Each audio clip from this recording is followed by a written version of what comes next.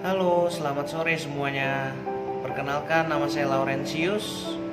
Saya berkuliah di Universitas Indraprasta, jurusan Bimbingan dan Konseling, dan NPM saya 2017 015 00528. Di sini saya akan mencoba mempresentasikan tentang tahapan dalam pembentukan bimbingan dan konseling kelompok. Terima kasih. Silahkan kita lihat videonya bersama-sama. Halo, selamat sore semuanya. Apa kabarnya anak-anak? Salam sejahtera bagi kita semua. Bapak mengucapkan terima kasih. Selamat datang di ruangan ini karena kita pada hari ini akan melakukan sebuah kegiatan bersama. Kegiatan apa itu? Nanti Bapak akan terangkan. Sebelum kita memulai kegiatan, alangkah baiknya kita memulai hari ini dengan doa. Karena kita harus mengucap syukur pada Tuhan bahwa kita telah dipersatukan, kita diberikan keadaan yang sehat, dan semoga kita mendapat berkat dalam melakukan kegiatan pada hari ini. Berdoa menurut agama dan kepercayaannya masing-masing. Bapak persilakan, doa dimulai.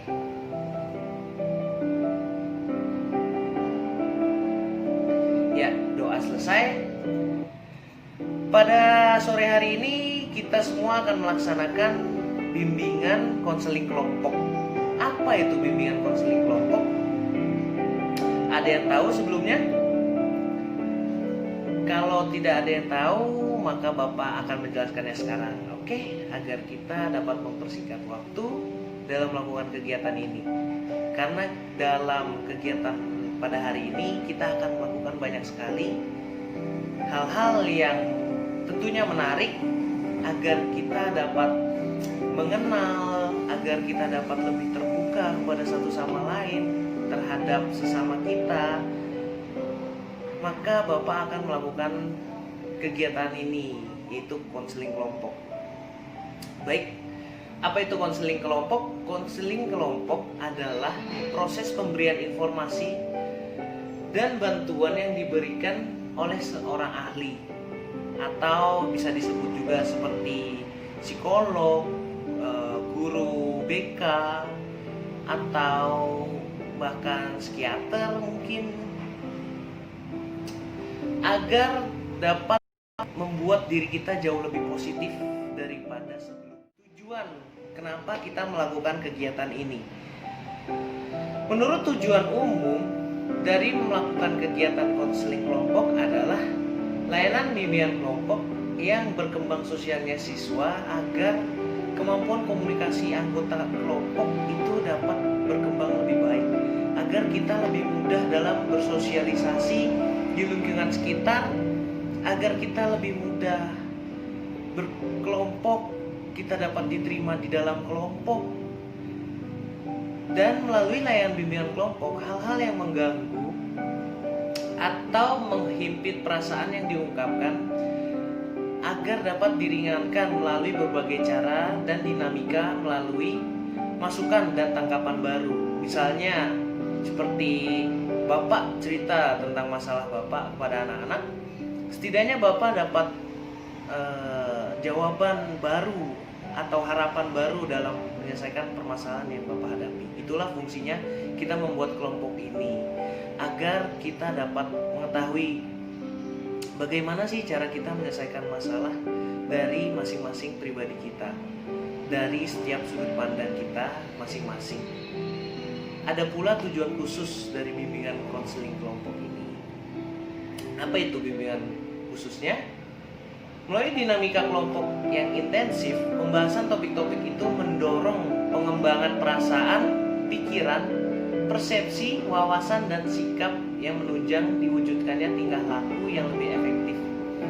Dalam hal ini, kemampuan komunikasi verbal maupun non-verbal ditingkatkan. Ya, seperti yang Bapak jelaskan sebelumnya, bahwa dalam bimbingan ini kita semua dilatih agar dapat bersosialisasi, agar dapat berkelompok dengan masyarakat luas atau di luar sana kita dapat memperbanyak teman. Jadi hubungan sosialisasi kita itu berkembang dengan baik, karena di sini kita belajar untuk kemampuan berkomunikasi secara verbal dan nonverbal. Kita secara tidak langsung melatih kosakata kita dalam mengenal setiap pribadi masing-masing orang di luar sana. Dengan adanya kelompok ini, kita sedikit demi sedikit belajar agar kita dapat mengetahui karakter, mengetahui permasalahan yang setiap individu sedang alami. Kita dapat membantunya, kita dapat berkomunikasi, kita dapat berdiskusi, kita dapat menyelesaikan permasalahannya ini bareng-bareng. Lalu masing-masing anggota kelompok dalam bimbingan kelompok ini secara bebas dan sukarela berbicara, bertanya, mengeluarkan pendapat, ide, serta perasaan yang sedang dirasakan saat itu. Jadi bagi anak-anak atau teman-teman kali ya, karena kita kan sekarang sedang melakukan kegiatan kelompok, jadi anggaplah kita semua sekarang bersama, kita sama-sama mengalami permasalahan yang sama. Jadi agar lebih terlihat akrab, terdengar lebih dekat, Bapak ingin teman-teman semua secara leluasa gitu, tanpa adanya ketakutan, tanpa adanya keterbatasan dalam melakukan konseling, kita semua di sini dapat terbuka, dapat saling mengerti satu sama lain. Ketika satu anggota bercerita, kita semua mendengarkan dengan baik. Begitu pula anggota lainnya, ketika ada anggota yang lain berbicara, kita semua harus mendengarkan. Kita di sini harus belajar menghargai satu sama lain. Belajarlah menghargai jika ingin dihargai. Jika tidak pernah menghargai, jangan berharap kamu akan dihargai. Oke? Kita di sini sama-sama belajar bagaimana kita dapat bertumbuh dewasa bersama, kita dapat menyelesaikan permasalahan ini bersama, kita dapat tumbuh dewasa bersama. Oke? Lalu kita harus mengikuti setiap aturan yang sudah ada, yaitu kita kesepakatan antara teman-teman dengan Bapak. Kita harus membuat perjanjian bahwa ketika satu berbicara, semua lain mendengarkan. Jika tidak bisa mendengarkan, Bapak akan tegur. Jika tidak bisa ditegur, mohon maaf, mungkin kita belum dapat bekerja sama dalam kelompok, maka Bapak akan mengeluarkan teman-teman yang setidaknya tidak bisa menghargai, karena Bapak di sini ingin kita belajar dewasa bersama. Kita ingin mencoba dalam menyelesaikan permasalahan ini bersama, agar kita juga dapat, ketika mendapatkan permasalahan yang sama, kita tentunya akan tahu bagaimana kita cara untuk menyelesaikan permasalahan tersebut, karena kita pernah mendengarkan teman kita mengalami permasalahan ini dan kita menyelesaikannya bersama-sama. Lalu Bapak akan menjelaskan sebelum memulai kegiatan, ada beberapa asas yang harus kita perhatikan di dalam melakukan kegiatan kelompok ini, kegiatan konseling kelompok. Yaitu asas yang pertama adalah asas kerahasiaan. Asas ini tentunya sangat penting dalam melakukan kegiatan kita kali ini, yaitu konseling kelompok. Apa itu asas kerahasiaan? Segala sesuatu yang dibahas atau yang muncul dalam kegiatan kelompok hendaknya menjadi rahasia kelompok yang hanya boleh diketahui kelompok dan pemimpinnya atau Bapak di sini sebagai pemimpin kegiatan. Tidak boleh disebarluaskan di luar kelompok. Karena satu, ya tentunya kita butuh kepercayaan orang lain.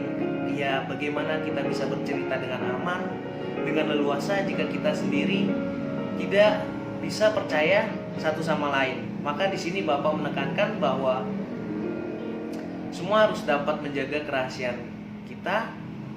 Bapak percaya dengan kalian, kalian pun harus bisa percaya dengan Bapak, karena dengan asas kepercayaan ini dan asas kerahasiaan ini dapat menimbulkan kepercayaan yang tinggi dan kita dapat bercerita dengan leluasa.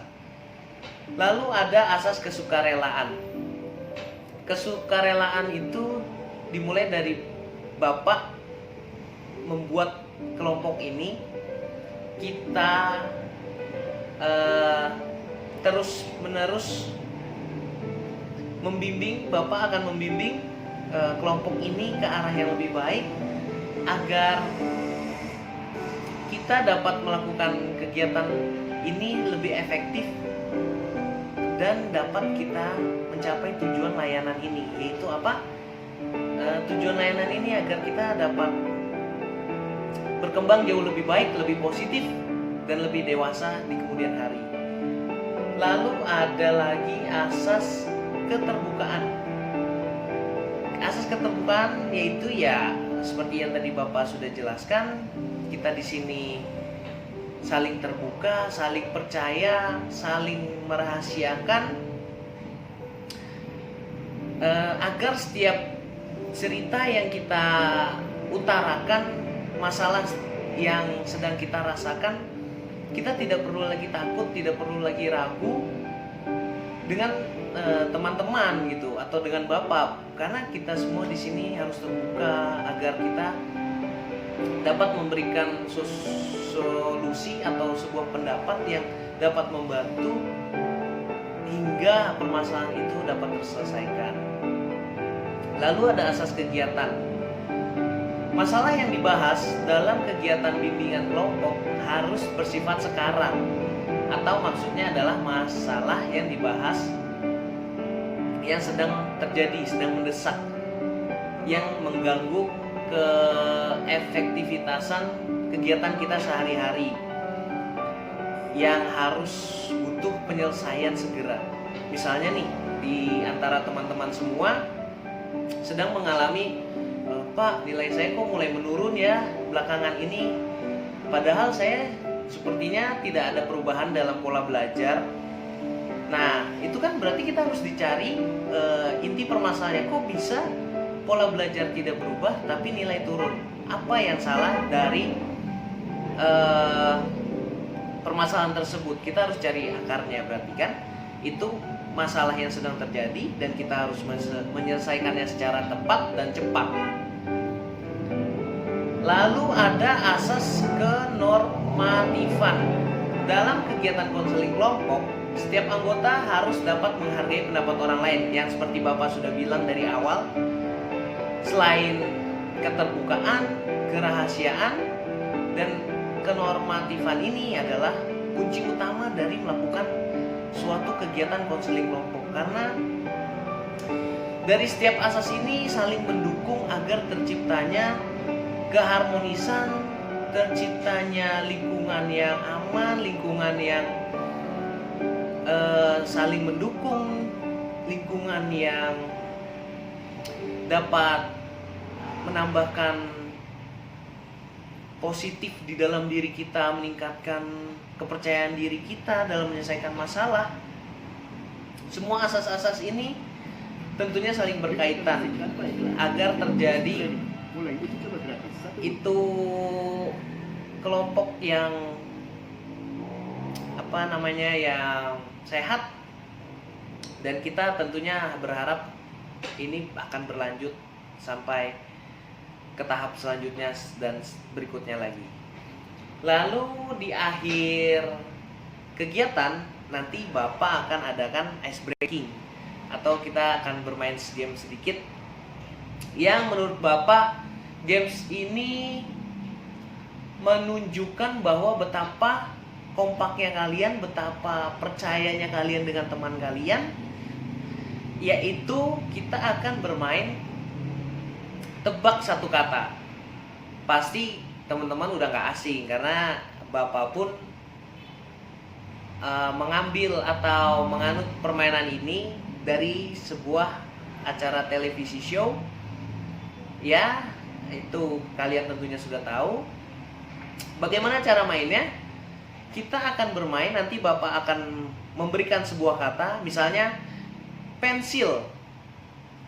Nah, misalnya saudara Danu, kamu yang menyebutkan satu kata nih, pensil ini harus kamu deskripsikan dengan satu kata agar teman kamu bisa menjawabnya gitu. Misalnya tajam, teman kamu harus menebak bahwa itu pensil, ternyata tidak. Misalnya Yoga menjawab jarum, wah salah, kita berikan kesempatan ke yang lain, ke kelompok yang lain atau grup yang lain. Dengan misalnya Lauren, coba kamu sekarang gantian, tadi udah pensil, apa ya, UN, wah tajam UN gitu kan. Temennya harus sadar nih clue yang sebelumnya gitu. Pokoknya seperti itulah kegiatan yang akan kita lakukan sepanjang hari ini. Semoga kita semua dapat melakukan kegiatan ini dengan lancar, dan hingga pada akhir kegiatan kita semua merasa bertambah positif, bertambah dewasa. Dan mari kita memulai saja kegiatan kita hari ini, oke? Demikianlah penjelasan singkat tentang apa itu bimbingan kelompok. Saya di sini Laurentius meminta maaf jika keadaan sekitar yang tidak memungkinkan, perkataan yang mungkin kurang jelas atau tutur bahasa yang kurang baik. Saya meminta maaf. Terima kasih telah menonton video ini. Semoga bermanfaat, semoga agar dapat membantu kita dalam melaksanakan bimbingan kelompok. Terima kasih dan jangan lupa untuk subscribe.